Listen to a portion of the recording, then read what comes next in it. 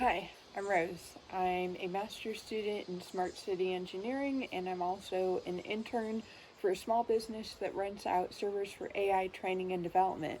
I'm going to be talking about using AI to help you develop a marketing plan for a small business today, and I'll be sharing my experiences in doing so for the business I'm currently interning at. Before that, I wanted to share a small story that I thought was really cool. So I just saw this Instagram post, and it was pretty much a teacher shared that he was approached by a student, and the student found out he liked monsters. So the student was like, "Hey, you want to buy this monster from me? You won't have to go across the street to the market." And the teacher looked at him. He was like, well, but the market sells cold ones, and really, like, that makes a lot more sense to me, not buying from my students and going and getting a cold monster across the street. It's no problem. So the teacher's just like, hey, so what would make me buy from you? Like, think about that. So the next day, the student comes to class, and he's got just this ice cold monster in his backpack, and he goes up to the teacher and he's like, "Hey, I heard you like ice cold monsters, and I want to save you a trip across the street. Here's this ice cold monster at the same price as the store across the street." And I think that this really, so in the end, the teacher did end up buying it from him because it saves him a couple steps. And I think this really imparts, like, finding that niche in the market, finding your customer, knowing your customer, and like, really being able to fill your customer's needs within this niche.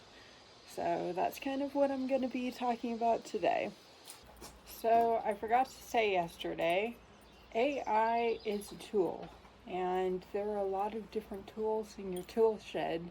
So don't be afraid to go out there, use Google, use YouTube, use all the tools available to you in order to do this market research, and don't just rely on AI and verify everything. Before we start writing our market plan, we have to establish a basic foundation, and I like to do that by asking three questions. Who are my competitors? Where are my competitors failing? And who are my customers? So my competitors are the marketplace across the street from our example, and then our where our competitors are failing is that they're across the street, so the professor has to walk across the street. And then who is the customer? The customer is the professor. So what you're looking for is the market gap, and the market gap is the professor walking across the street. And that's what the student took advantage of by being located in the classroom. So from there, we start like a good brainstorming session. So I would open up a Google Doc. I would start jotting down notes about everything you know, and I would start brainstorming, just like thinking about who the competitors are, what are the market gaps, who are the customers, like just kind of going over everything. And then once you've gone over everything, feed your notes into AI, and AI can help you with your brainstorming. It can also help you by looking at things from a different perspective and seeing maybe something that you missed. Kind of I've been focusing on because it's an easy market to break into.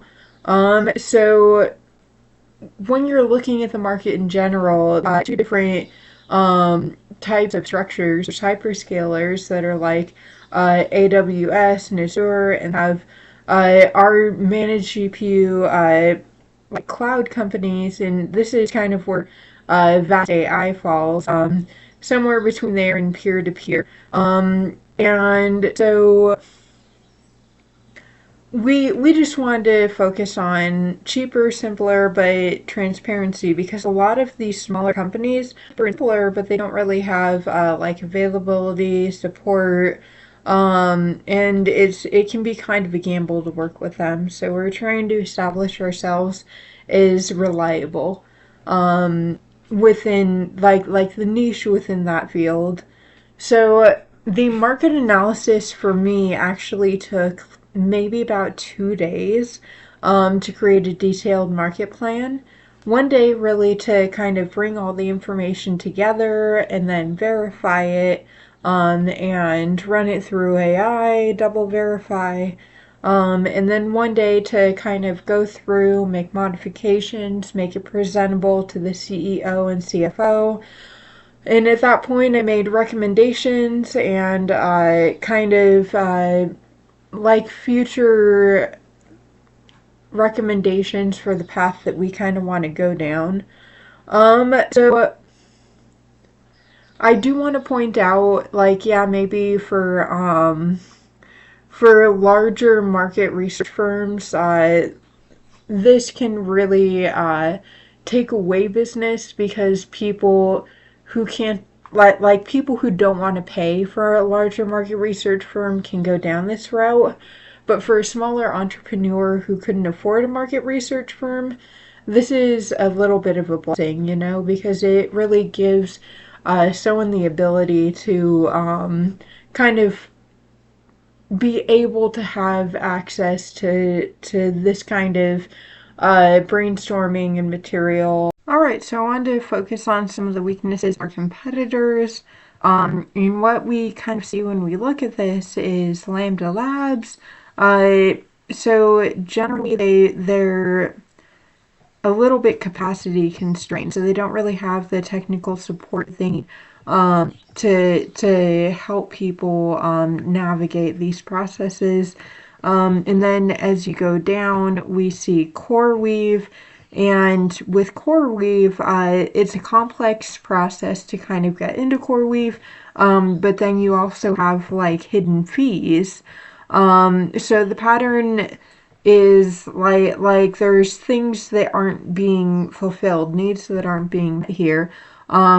And now, when you look across other companies in the field, you see very similar patterns.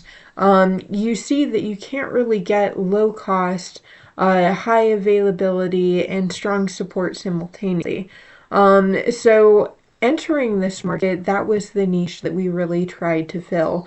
Was we tried to provide transparent pricing. We try to provide a lower cost, and we really try to provide the tech support.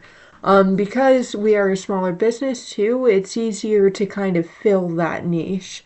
Up here, we plugged in, look at our competitors, and kind of just look at the competitors in the field and just kind of market gaps to give us uh, more verification of kind of our conclusions, um, and just kind of an opportunity to ruminate on everything. But the goal of this session isn't really to complete a competitive analysis. It's not really uh, like the complete picture here. This is kind of just the starting point. Even though you already brainstormed and this is the continuation of the brainstorm, there's still more refining to be done. This answered our question of where is the gap, and that answer shapes our brand voice moving forward. It shapes our marketing message. It shapes our content strategy. So this step is the foundation to the future steps. All right, so today we went over finding who your competitors are, what their weaknesses are, how much they're charging, trying to find the market gap. Um, so we pretty much laid a nice foundation for a marketing plan today. And I hope everybody had a good time learning about the processes that I was using in establishing the company that I'm working for.